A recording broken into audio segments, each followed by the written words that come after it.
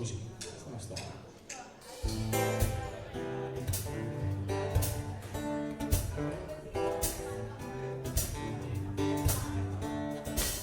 Erano le 7 di mattina ma lui era già a scuola, lo portavano i suoi e lavoravano fuori città e aspettava con un freddo senza pietà, sempre in ritardo, incrociati mai, lui la vedeva nei corridoi e pensava lei è troppo per me, era sempre circondata da giungibile.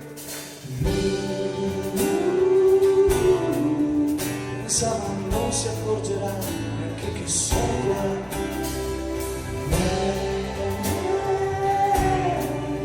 Pensava d'altro, forse sempre in mezzo alla gente, sempre in mezzo alla gente.